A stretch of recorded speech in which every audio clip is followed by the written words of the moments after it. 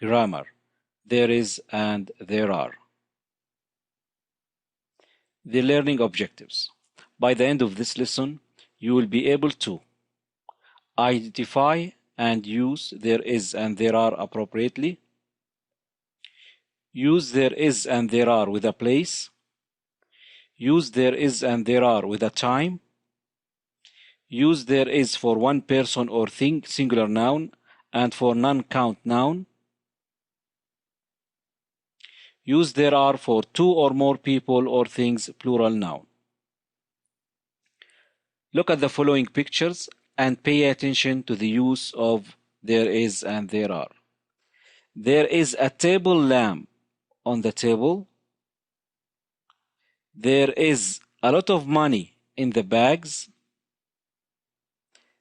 There are some books on the table. Use a singular noun or a non-count noun after there is. Examples. There is a table lamp on the table. The word a table lamp is singular.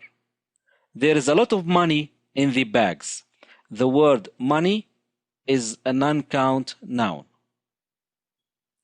Use a plural noun after there are. Examples. There are some books on the table. The word books is plural. There are 28 students in my class. The word students is also plural. Use there is and there are with a place or a time. Example. There are some pictures on the wall. On the wall is a place. There is an English exam on Monday. On Monday is a time.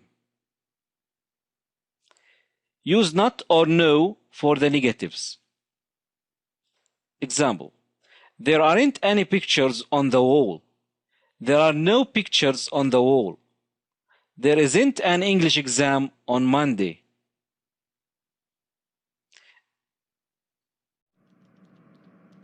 Please give comment and suggestions. Thank you. Subscribe our YouTube channel and hit the bell icon for more updates. Thank for visit our channel. See you next class. Thank you.